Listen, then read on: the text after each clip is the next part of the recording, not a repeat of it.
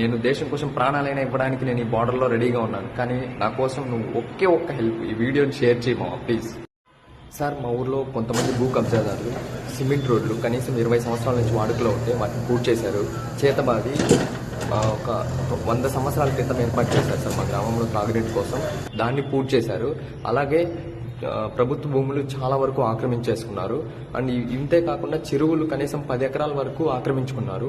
ఇవన్నీ అయిపోయాక మేము రెవెన్యూ అధికారులు కూడా ఎలాంటి స్పందించకపోవడం వల్ల వాళ్ళు గ్రామంలో ఉన్న పట్టాదారులపై దాడులు చేస్తూ వాళ్ళ పట్టా భూములు కూడా కబ్జా చేయడానికి ప్రయత్నిస్తున్నారు.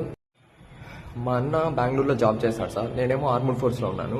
ఈ క్రమంలో వాళ్ళు మా అమ్మ మా నాన్నకి ఎవరు ఇంటి దగ్గర తోడుగా లేరనేసి నా ల్యాండ్ని కబ్జా చేయాలనేసి మా ఫ్యామిలీ మీద దాడులు చేస్తూ ఎన్నో ఆక్రమణలు చేస్తున్నారు సార్.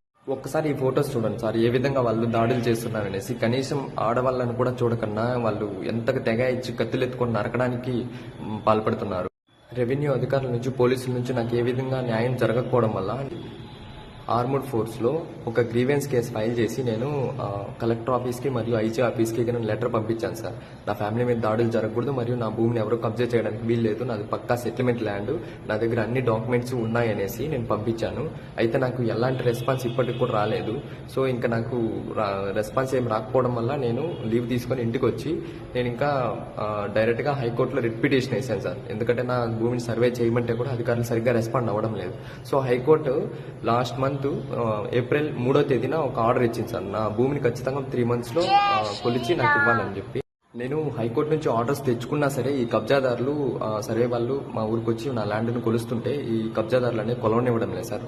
మా ఫ్యామిలీ మీద ఇప్పటికీ దాడులు జరుగుతున్నారు. కాబట్టి దయచేసి నేను నారా చంద్రబాబు నాయుడు గారిని మరియు లోకేష్ గారిని, మన ఉప ముఖ్యమంత్రి పవన్ కళ్యాణ్ గారిని ఒక్కటే వేడుకుంటున్నాను సార్, దయచేసి నా ల్యాండ్ డాక్యుమెంట్స్లో పక్కా సెటిల్మెంట్ ల్యాండ్ కాబట్టి వాటిని మీరు కూడా కావాలంటే ఒకసారి వెరిఫై చేసి నాకు న్యాయం చేయండి. నా హైకోర్టు ఆర్డర్స్ ప్రకారం నా భూమిని సర్వే చేసి నాకు ఇవ్వాల్సిందిగా నేను కోరుకుంటున్నాను.